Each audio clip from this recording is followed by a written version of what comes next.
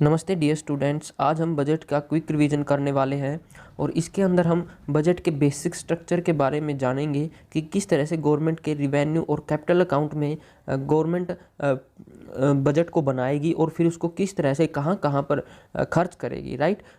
और आपको मैं यहाँ पर किसी भी मिनिस्ट्री के खर्चे की बात नहीं करूँगा, कोई भी पॉलिसीज़ की बात नहीं करूँगा, कोई भी प्रोजेक्ट की बात नहीं करूँगा कि पर्टिकुलर आपने जैसे कि बिटकॉइन पर गवर्नमेंट ने क्या कहा या कौन सी नई परियोजनाएं गवर्नमेंट ला रही है, उन पे चर्चा हम बाद में करेंगे। आज हम जो काम रहने वाला है आज का वो रहने वाला है कि बजट को हम किस तरह से बनाते हैं, गवर्नमेंट कहाँ से कितना खर्च करेगी, कहाँ से कितना रिवेन्यू जनरेट करेगी गवर्नमेंट, वो देखने वाले हैं, राइट। तो सबसे पहले अगर मैं बजट की बात करूं कि बजट का जो प्रावधान है हमारे संविधान में वो कहां पर देखने को मिलेगा, वो आपको आर्टिकल 112 में आपको देखने को मिलेगा। और आर्टिकल 112 में आपको बजट नाम नहीं मिलेगा, वहां पर लिखा मिलेगा एनुअल फाइनेंशियल स्टेटमेंट, राइट। कि एक साल का आपका फाइनेंशियल स्टेटमेंट जो है कोई भी गवर्नमेंट अपना डिक्लेयर करेगी और उसके ऊपर काम करने की कोशिश करेगी, राइट। और यहाँ पे बता दूं कि बजट जो होता है वो एस्टीमेट होता है ना। अब जैसे बजट है जो 1 फरवरी को माननीय श्रीमती निर्मला सीतारमण जी ने प्रेजेंट किया, टोटली पेपरलेस बजट था। उसके अंदर वो क्या बता रही है कि हम एक साल आने वाली 2022-23 की जो फाइनेंशियल ईयर है उसके अंदर कहाँ पर कितना पैसा खर्च करने वाले हैं, यानी कि जो टोटल साइज रहने वाला है वो बजट का वो बता रही है, राइट। कि हम कहाँ से रिवेन्यू जनरेट करेंगे, कहाँ से कैपिटल उठाएंगे और कहाँ पर खर्च करेंगे, राइट। तो यहाँ पर लगभग 40 लाख करोड़ रुपए का हमारा बजट बनता नज़र आ रहा होगा, जो कि हम आगे डिस्कस भी करेंगे, राइट। तो यहाँ पर हम ये प्रोफाइल देख रहे होंगे। ये प्रोफाइल वैसे तो मुझे आपको बाद में दिखानी थी, क्योंकि ये प्रोफाइल पूरा का पूरा वीडियो ख़त्म होने के बाद या पूरा एनालिसिस होने के बाद जब आप देखोगे तो इसमें एक एक जो गोल दायरा दिख रहा है उसकी आपके लिए सेंस ही बदल जाएगी, राइट। तो देखिएगा यहाँ पर ये रिवेन्यू साइड है बजट की और ये एक्सपेंडिचर साइड है। यहाँ से market loans, small savings, provident fund और दूसरे टाइप के जो गवर्नमेंट के रिवेन्यू होते हैं वहाँ से आपकी कैपिटल रिसिप्ट्स गवर्नमेंट करेगी लगभग 17 लाख करोड़ रुपए, राइट। और गवर्नमेंट को टैक्सेस से GST, income tax, corporate tax और दूसरे custom duty, union excise duty को जोड़ के नेट जो टैक्स से रिवेन्यू होने वाली है वो लगभग 20 लाख करोड़ के आसपास होने वाली है। और जब आप इन दोनों को जोड़ दोगे तो लगभग 40 लाख करोड़ रुपए के आसपास, 39.45 लाख करोड़ रुपए के आसपास आपका बजट बनता नजर आ रहा होगा, ठीक है। और यहाँ पर आपके ये खर्चे हैं transfers, establishment and other expenditure 23 lakh crore रुपए, स्कीम्स एक्सपेंडिचर में गवर्नमेंट करेगी 16 लाख करोड़ रुपए, सेंट्रल सेक्टर स्कीम होती है, इकोनॉमिक सर्विसेज होती हैं, सब्सिडीज़ में पैसा जाता है, राइट। और यहाँ पर आपका इंटरेस्ट पेमेंट में पैसा जाता है, ट्रांसफ़र टू स्टेट्स यानी कि स्टेट को जो पैसा देना पड़ता है फाइनेंस कमीशन की रिकमेंडेशन पे वो हो गया, ठीक है। सैलरीज देनी पड़ती है, ये सारे के सारे गवर्नमेंट के खर्चे होते हैं, राइट। अब हम शुरू से डाटा देखने वाले हैं कि रिवेन्यू अकाउंट में गवर्नमेंट की क्या रिवेन्यू रहने वाली है और कैपिटल अकाउंट में क्या रहने वाली है, राइट। ये रहे हमारे पास आंकड़े 2020 के, 2021 के और 2022 के 3 साल के बजट के आंकड़े हमारे पास आ गए हैं और इनके अंदर हम डिफरेंस भी देख पाएंगे। पहले मैं आपको क्लियर कर देता हूँ कि जो गवर्नमेंट होती है उसके 2 अकाउंट होते हैं, एक होता है रिवेन्यू अकाउंट, एक होता है कैपिटल अकाउंट। और जो रिवेन्यू अकाउंट होता है वो पर्टिकुलर जो यहाँ पर जो ट्रांजैक्शन होती है वो होती है टैक्सी से जो इनकम आती है गवर्नमेंट की, राइट। और नॉन टैक्स इनकम आती है या कस्टम ड्यूटीज़, एक्साइज ड्यूटीज़, जो कि हमको दिखता है। ये प्योर इनकम अकाउंट होता है गवर्नमेंट का, जो कि आम आदमी को भी दिखता है कि हम जो पैसा दे रहे हैं वो गवर्नमेंट को कहाँ पर जाके इकट्ठा हो रहा है, राइट। तो रिवेन्यू अकाउंट के अंदर भी रिसिप्ट आएंगी और यहाँ से खर्चे भी होंगे, एक्सपेंडिचर भी होंगे।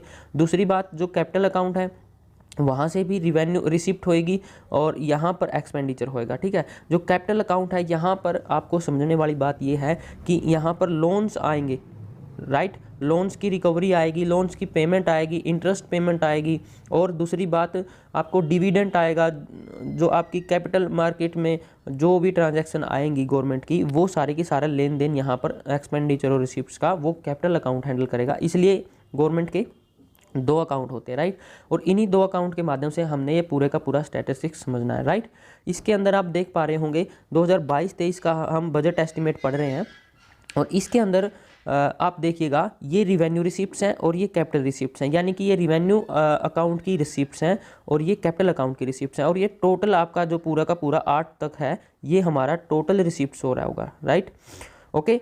और यहाँ पर मैं बता दूं एक बात और, कि जो बजट होता है वो 3 टाइप का होता है। बजट जो होता है वो 3 टाइप का होता है। कौन सा? पहला होता है बैलेंस बजट, दूसरा होता है डेफिसिट बजट, और तीसरा होता है सरप्लस बजट। अब यहाँ पर जो भी गवर्नमेंट का बजट होता है वो किस टाइप का होगा, देखिए यहाँ पर टोटल रिसिप्ट्स जो गवर्नमेंट की है वो है 39,44,000 करोड़ रुपए, और 9 नंबर कॉलम में देखिएगा ये टोटल एक्सपेंडिचर है गवर्नमेंट का 2022-23 का, वो इक्वल है किसके? टोटल रिसिप्ट्स के। तो एक तरह से क्या हो गया, ये बैलेंस बजट हो गया।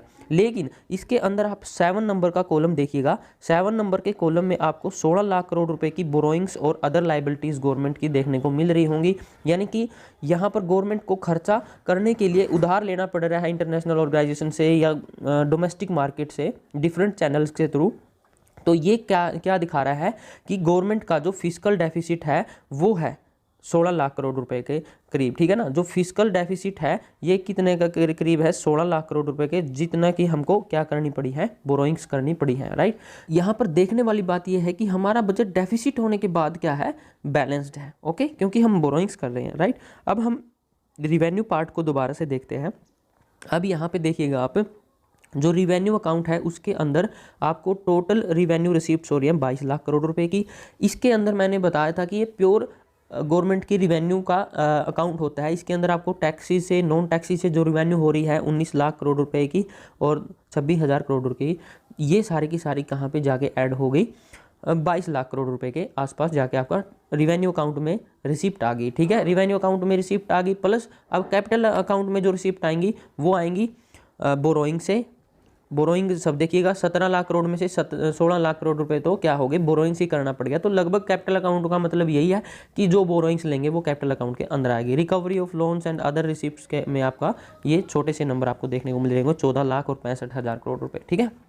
इन तीनों को जोड़ के आपका टोटल रिसिप्ट जाके निकल रहा है हमारा कितना? 39,44,000 करोड़ रुपए। ये एस्टिमेट है। जैसे कि 2021-22 में गवर्नमेंट ने एस्टिमेट किया था कि हम 34,83,000 करोड़ रुपए खर्च करेंगे, लेकिन due to corona virus government ने फिस्कल पॉलिसीज़ में पैसा डालना की ज़रूरत समझी, क्योंकि इकोनॉमीज़ के लिए जब आपका प्राइवेट इन्वेस्टर कॉन्फिडेंस में नहीं होते हैं तो गवर्नमेंट को फिक्स करना पड़ता है, अपने पैसा डालते रहना पड़ता है स्कीम्स में या डिफरेंट सेक्टर्स में, ताकि क्या रहे, इकोनॉमीज़ की जो हेल्थ है वो अच्छी बनी रहे। और देखिएगा इसका नतीजा क्या हुआ। सोचा था कि हमने 34,83,000 करोड़ रुपए खर्च करेंगे, लेकिन कर दिए कितने गवर्नमेंट ने? हद से ज़्यादा, 37,70,000 करोड़ रुपए। ये क्या दिखा रहा है कि गवर्नमेंट ने खर्चा ज़्यादा किया है, और इस खर्चे को ज़्यादा करने का जो रुपया है वो कहाँ से आएगा? बोरोइंग से। और आपको देखने को मिल रहा होगा ये फिस्कल डेफिसिट है जो आपका 6.8 है, पहले 9.2 था, ये क्या है आपको बढ़ता हुआ नज़र आ रहा होगा, राइट। और तभी जाके गवर्नमेंट की मजबूरियां होती हैं, डिसइन्वेस्टमेंट करना पड़ता है ताकि गवर्नमेंट को क्या हो, कम से कम बोरोइंग्स करनी पड़े, फिर इंटरेस्ट पेमेंट में पैसा ना देना पड़े, राइट। तो ये सारी चीज़ें हैं। अब ये तो हुआ हमारा टोटल रिसिप्ट्स का काम। अब हम टोटल एक्सपेंडिचर को देखिएगा। टोटल एक्सपेंडिचर कहाँ से आएगा? करना है दोनों अकाउंट में करना है। देखो ये रिवेन्यू अकाउंट में खर्चा किया, ये कैपिटल अकाउंट में खर्चा किया। रिवेन्यू अकाउंट में खर्चा हो गया हमारा 31,94,000 करोड़ का, और कैपिटल अकाउंट में हमने 75,000 करोड़ रुपए मात्र ही खर्च किए, राइट।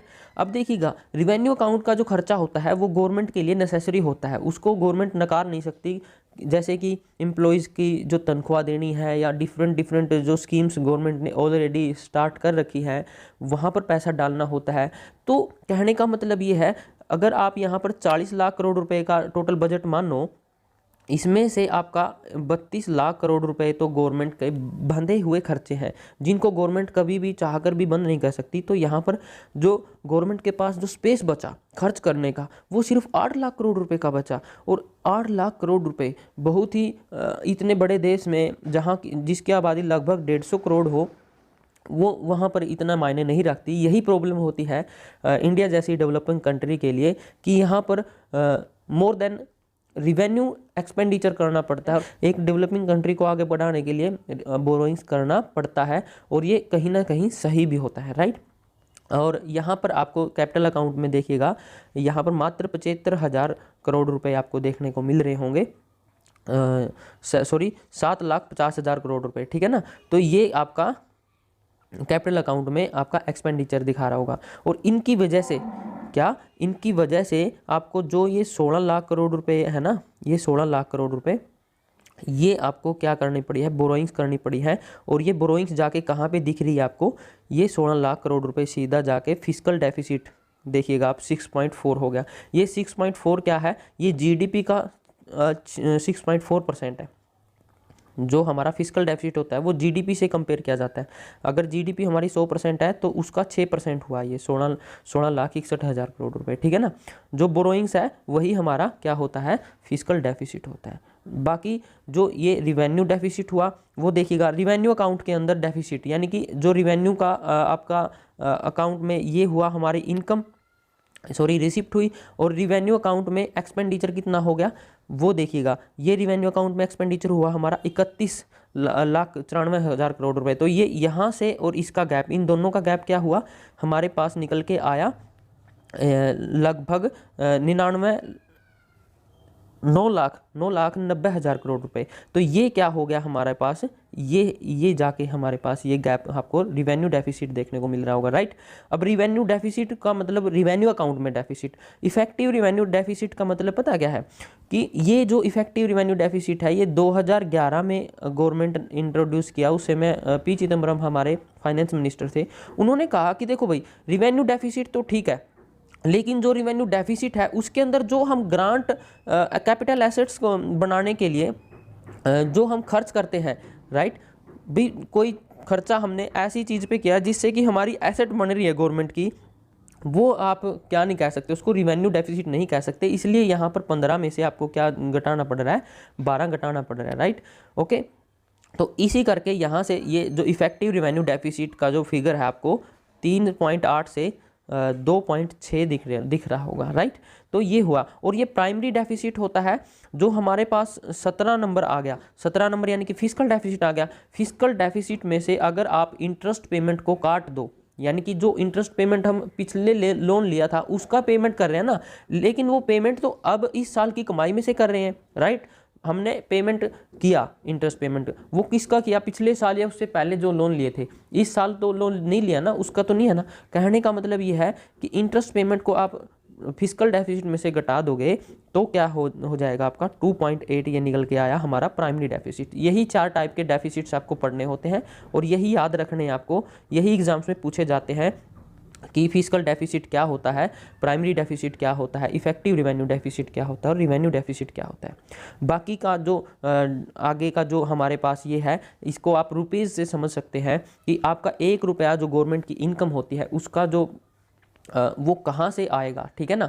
जैसे पिछले साल 2021-22 में ये 13 पैसे आ रहे थे, कहाँ से, कॉरपोरेट से। अब की बार कॉरपोरेशन टैक्स आपका 15 पैसे यानी कि बढ़ गया है, यहाँ पर 13 से 15 हो गया है। इनकम टैक्स से आप पहले 14 पैसे ला रहे थे, अब की बार 15 पैसे ला रहे हो।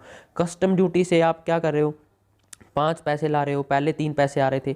ये क्या है आपका, जीएसटी से आपका 15 पैसे आ रहे थे, अब की बार 16 पैसे आ रहे हैं। तो हर चीज़ में आपको क्या है, इंक्रीमेंट दिख रहा होगा, तभी तो बजट बढ़ा है ना। तो यहाँ पर इस तरह से ये 1 रुपया आया, और अब जो रुपया जाएगा जहाँ पे खर्च होएगा हमारा 1 रुपये के हिसाब से, ये पूरे बजट का एनालिसिस है।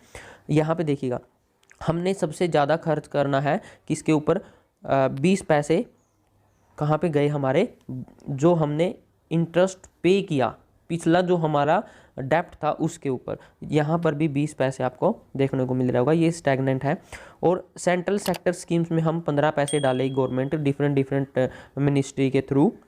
और डिफेंस में हमारा 8 पैसे का खर्च रहेगा। सब्सिडी के रूप में गवर्नमेंट, जैसे कि फर्टिलाइजर सब्सिडी होगी, एग्रीकल्चर में होगी, मैन्युफैक्चरिंग में होगी, ओके, सर्विसेज में होगी, उन सभी में क्या है 8 पैसे हम खर्च करने वाले हैं। फाइनेंस कमीशन की रिकमेंडेशन के ऊपर हम स्टेट्स को जो ट्रांसफ़र करेंगे वो 10 पैसे करेंगे, राइट।